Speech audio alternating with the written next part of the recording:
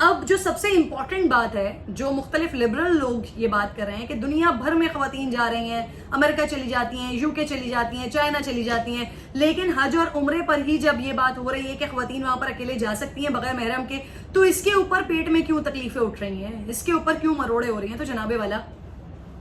ایک خاتون، میں اپنی مثال دے دیتی ہوں، میں اگر اپنے ہیڈ کو کور نہیں کرتی، میں بال کھول کر اگر ٹی وی پر آ جاتی ہوں، میں وہ کر رہی ہوں جس پہ شریعت کی منافی ہے، لیکن اس کے باوجود بھی جب میں نماز پڑھتی ہوں، جب میں اللہ کے حضور جاتی ہوں، تو تب کبھی بھی میں بال کھول کر نہیں جا سکتی، کبھی بھی میں بغیر دوپٹے کے نہیں جا سکتی۔ اللہ رب ذوالجلال کے سامنے پیش ہونے کے کچھ پروٹوکولز ہیں، ان پروٹوکولز کو ہر حال میں مجھے فالو کرنا ہے، میں ذہنی طور پر جتنی بھی آزاد خیال ہو جاؤں، لیکن یہ جو ایک اللہ رب ذوالجلال کے آگے پیش ہونے کے، اس کے سامنے سجدہ ریز ہونے کے جو پروٹوکولز ہیں، وہ مجھے ہر حال میں فالو کرنے ہیں۔ تو کوئی بھی خاتون، وہ جتنی بھی آزاد خیال ہو، وہ جیسے بھی رہتی ہو، وہ جتنے بھی چھوٹے کپڑے پہنتی ہو، لیکن جب وہ اللہ کے حضور جاتی ہے، جب وہ نماز ادا کرتی ہے، تو ان تمام پروٹوکولز کو فالو کرتے ہوئے نماز ادا کرتی ہے۔ اسی طریقے سے حج اور عمرے کے لیے جن لوگوں کے پیٹوں، جن کا یہ خیال ہے کہ لوگوں کے پیٹ میں کیوں مروڑے اٹھ رہی ہیں، تو آپ دنیا جہان میں، میں دنیا جہان میں اکیلے چلی جاؤں، لیکن اللہ رب ذوالجلال کا گھر ہے، وہ دین اسلام کا قلعہ ہے، اس کے آگے جب مجھے پیش ہونا ہے، مالک کے آگے جب مجھے پیش ہونا ہے، تو مجھے ان تمام پروٹوکولز کا خیال رکھنا ہے کہ جس کا اللہ رب ذوالجلال نے قرآن حکیم میں ہمیں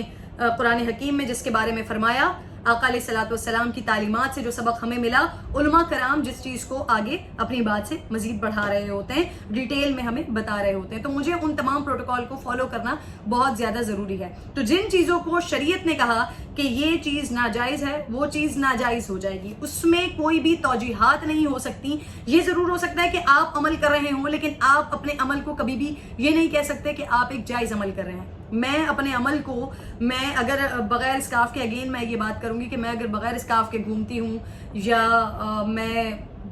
کہیں بھی دنیا میں اکیلے چلی جاتی ہوں، تو یہ میرے بارے میں اس چیز پر اپنے آپ کو قائل نہیں کر سکتی کہ میں درست کام کر رہی ہوں۔ شریعت میں اس چیز کی گنجائش ہے نہیں، شریعت میں اس چیز کی گنجائش نہیں ہے۔ شریعت نے جو ایک حکم دیا ہے، وہ پروٹوکولز ہیں، ان کو فالو کرنا ضروری ہے۔ ہم یہ ضرور کہہ سکتے ہیں کہ جو ہم کر رہے ہیں وہ یقیناً ہم غلط کر رہے ہیں، ہم شریعت کے منافی کر رہے ہیں، لیکن کہیں بھی ہم شریعت کو غلط نہیں ٹھہرا سکتے۔ تو اس وقت جو سعودی حکومت نے یہ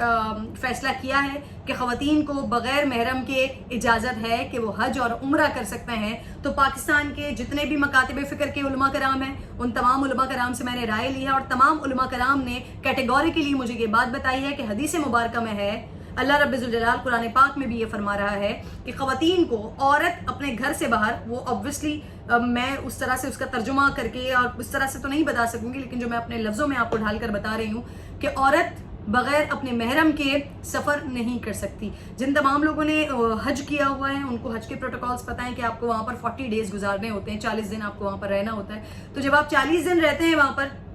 تو 40 دن اگر آپ اپنے محرم کے بغیر وہاں پر رہ رہے ہیں، تو obviously یہ ایک بہت بڑا کوشچن مارک ہوگا۔ اچھا جی، پھر یہاں پر بہت سارے ایسے لوگ بھی آئیں گے جو دین اسلام کو نہیں جانتے، اور جب اس چیز کے اوپر بات ہو رہی ہوگی تو وہ کہیں گے کہ یہ کیسا مذہب ہے جو عورتوں کے خلاف ہے۔ تو جناب والا، یہ دین اسلام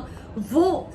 ماڈرن، وہ سب سے زیادہ ماڈرن دین اسلام ہے جس نے سب سے زیادہ عورتوں کو حقوق دیے ہیں۔ تو یہاں پر اگر عورت کو اکیلے سفر کرنے سے منع کیا گیا ہے، اگر عورت کو بغیر محرم کے اجازت نہیں ہے کہیں آنے جانے کی، تو اس میں بھی عورت کے تحفظ کا احترام کیا گیا ہے، عورت کے پردے کا خیال کیا گیا ہے، عورت کی سیکیورٹی کا سب سے زیادہ خیال کیا گیا ہے کہ جب وہ اپنے محرم کے ساتھ کہیں آئے گی جائے گی، جب وہ اپنے محرم کے ساتھ گھر سے باہر نکلتی ہے، تو اس کو ایک شیلٹر ہوتا ہے، جو شیلٹر اللہ رب ذوالجلال نے اس کے محرم رشتوں کی صورت میں اس کو دیا ہے۔ تو آپ تمام لوگوں کے اوپر اب یہ منحصر ہے کہ آپ کیا کرنا چاہتے ہیں۔ کہ سعودی حکومت نے اس بات کی اجازت دے دی ہے کہ آپ بغیر محرم کے اپنی رجسٹریشن کروائیے، اور آپ کو اگر حج اور عمرہ پرمٹ مل جاتا ہے تو آپ وہاں پر اپنے محرم کے بغیر، یعنی اپنے شوہر، اپنے بھائی، اپنے باپ کے بغیر، آپ یا اپنی اولاد، ان 4 محرم رشتوں کے علاوہ آپ اکیلے جا کر وہاں پر رہ سکتے ہیں۔ لیکن جو علماء کرام ہیں، تمام مکاتب فکر کے علماء کرام، وہ اس بات کی ممانعت کرتے ہیں، وہ کہتے ہیں کہ یہ عمل شریعت میں جائز نہیں ہے۔ تو اب آپ لوگوں کے اوپر منحصر ہے کہ میں نے جو شریعت میں ہے وہ بھی بتایا، جو علماء کرام کہہ رہے ہیں وہ بھی بتایا، اور جو سعودی حکومت کا فیصلہ ہے وہ بھی میں نے آپ کو بتایا. تو اب یہ آپ پہ منحصر ہے کہ آپ کیا کرنا چاہتے ہیں. لیکن ایک بات ضرور یاد رکھیے گا کہ وہ لوگ جو یہ باتیں کر رہے ہیں کہ ویمن امپاورمنٹ کے خلاف ہے یہ بات، تو ان کو یہ بات بتانا چاہتی ہوں کہ سب سے زیادہ امپاور عورت کو دین اسلام نے کیا ہے. اور اگر اس طرح کے حدود و قیود ہیں، اس طرح کی پابندیاں ہیں، تو وہ تمام چیزیں عورت کی سیکیورٹی کے لیے، عورت کے تحفظ کے لیے ہے. اپنا بے حد خیال رکھیے. ویڈیو اگر پسند آئی تو اس کو ضرور لائک کیجیے.